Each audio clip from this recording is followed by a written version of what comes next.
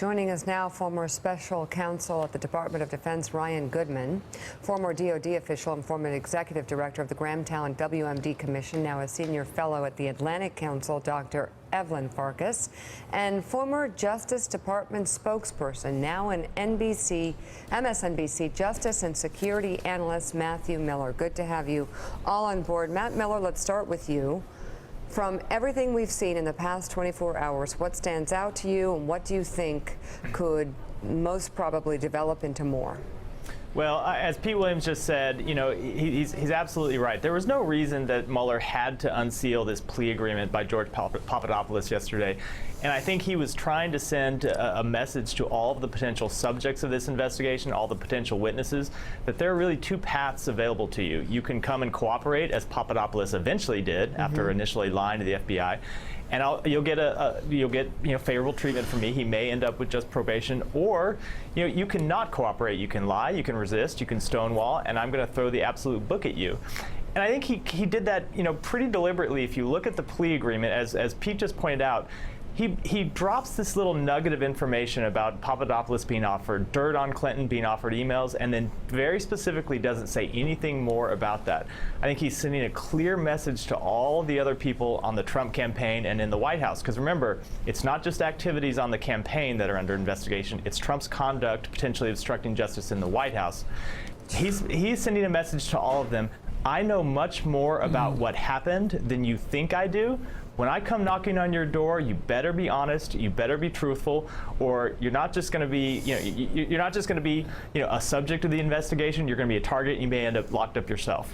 Ryan, the argument we heard from the White House yesterday, and we're hearing again this morning from President Trump, is that in regards to Paul Manafort, we're talking here, at least in the indictment yesterday, about activity that took place before the campaign. But that's certainly not the end here for Paul Manafort. We have some reporting at NBC News that these emails from Papadopoulos that were sent to an advisor, a manager in the campaign, perhaps were Paul Manafort, someone in the campaign saying to him, pursue the meeting. We're not going to send Donald Trump, but you should pursue a meeting with the Russians. What's the next step of peril for Paul Manafort here? I think it's pretty significant, and in fact, the Washington Post yesterday also revealed that they had been alerted to the emails in August. So there's a very tantalizing footnote. It's another nugget, which is in fact that email in which one high-ranking campaign official, now identified as Paul Manafort, emails another campaign official, now identified as Rick Gates, to say send in a low-level official from the campaign to meet with the Russians because we don't want President Trump, or at the time candidate Trump's, fingers on this. So if that's Manafort sending the email to Gates, there really was something yesterday that identified Manafort at the center of this. I think another piece that's also maybe hasn't been given enough attention is, how high up does this go? The photograph that we all keep seeing of this March 31st, 2016 meeting, where Trump is kind of heading the meeting, of course, with the National Security Group. In the plea agreement, Papadopoulos also says that he debriefed everybody, including President Trump, at that meeting about all of his prior contacts. So I think there was a strong signal sent by Mueller with what he dropped by releasing the plea agreement. Dr. Evelyn Farkas, let's talk about Ukraine and what Manafort was doing with Ukraine, in Ukraine, before or even during the campaign. What do we know? Yeah, I mean, this gets to, Manafort's motivation. What was he doing on the campaign? He approached Tom Barrack, who's a good friend of Donald Trump's, and said, hey, can I get in on the campaign? And relatively quickly rose to be at the head of the campaign, which is pretty amazing. But before that, he had spent almost a decade working for the Party of Regions, which is basically a Russia-friendly party in Ukraine, heavily backed by oligarchs from the eastern part of Ukraine. He was helping Yanukovych, who was the president of Ukraine until the latest uprising in 2014, which, as we know, prompted then the Russian invasion of Ukraine. So he was on the side, frankly speaking, of the bad guys. I mean, that president shot at his people. After he shot at his people, he became even more nervous about the deal that we were trying to broker to try to keep him in place. He fled to Russia. He's still in hiding. Well, not hiding, but he's still in Russia, the former head of Ukraine. But it's incredible what we know What we know is, I mean, Manafort essentially was doing all this work for the Ukrainian government, but there's also the question of what he was doing for the Russian government and for Putin, because he has these ties to Oleg Deripaska, who is an oligarch, who is one of the closest oligarchs to Vladimir Putin in Russia today. He's a guy who can't get a visa to come to the United States, allegedly because he may have some kind of ties or may have had some kind of ties to money laundering, organized crime. But clearly that's another tie going back to Russia. Manafort through Ukraine could go back to Russia, but also through this guy Deripaska, who's in Russia today. Matt Miller, you were in Justice for quite a while. And did it strike you yesterday in the Papadopoulos information that was released, the lack of specificity about other names included? All of them leading someone who's been around a courtroom or, federal indictments, leading to the wonderment, is this all aimed at the FBI knocking on someone's door with the question, you've read the Papadopoulos deal, did you ever speak to Donald Trump about the Russians?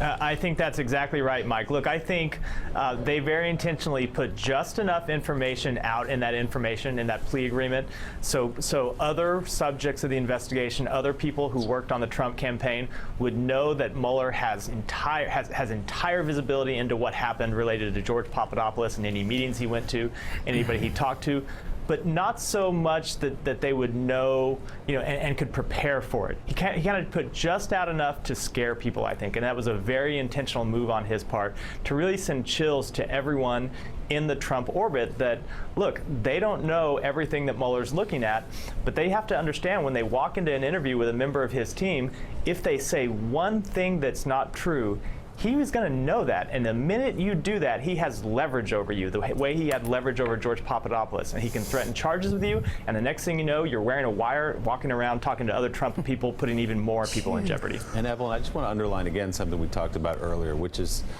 this truth that inside the Trump campaign, when the opportunity to work with Russia was presented by a Russian, they jumped at the chance. They jumped at it, They and this jumped was the the chance, second and they time. were thrilled by it. Donald Trump Jr. was thrilled by the invitation to the meeting that had dirt on Hillary Clinton, a meeting he lied about before explaining exactly what it was about. That doesn't happen. People should know that doesn't happen in presidential campaigns. There's a wall there, and you don't go over it. Well, you remember in the 90s when Bill Clinton received money from, I believe it was a Taiwanese citizen. The press found out, revealed it, and they had to give the money back. Well, you don't take money, you don't take any assistance from a foreign government. The other thing I want to say is the dossier. You remember what the dossier said was that Manafort was the conduit between the Russian government and the United States. I think there's more. We should go back and look at the dossier, because the other thing is the quid pro quo was that Manafort was going to help get in there, the Russians were going to help Trump, and in exchange, one thing for sure they were going to do was sideline the Ukraine issue, which was the changing of the Republican plank to say we're not giving Ukraine lethal defensive military assistance. Ryan Goodman, what are the possible, realistic, non-dramatic next steps? And in the dramatic realm, what's the possibility there were other people wearing wires? So I'm not sure there are non-dramatic steps over the horizon. I think there are very high possibilities that other people have turned. Papadopoulos fits the hallmark of this kind of a federal prosecution of what might be organized criminal activity. You go after lower-level people, you flip them, and then you move up. It's also notable that Papadopoulos is pleading to less serious offenses. So, big question, what were the bigger offenses? And another part of this that I think is fascinating, and it's not going away soon, is the fact that Mueller comes out with financial crimes against Manafort. That means that, in a sense, he is insulating him he's insulating his investigation against pardons.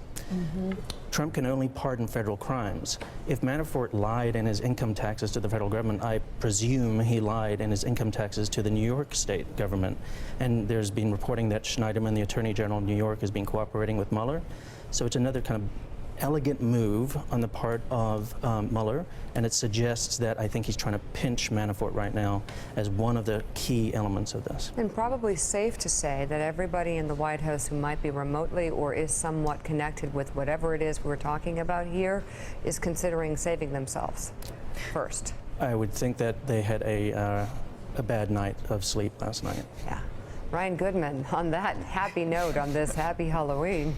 Evelyn Farkas and Matthew Miller, thank you very much. Thanks, guys. Thanks for checking out MSNBC on YouTube, and make sure you subscribe to stay up to date on the day's biggest stories. And you can click on any of the videos around us to watch more from Morning Joe and MSNBC. Thanks so much for watching.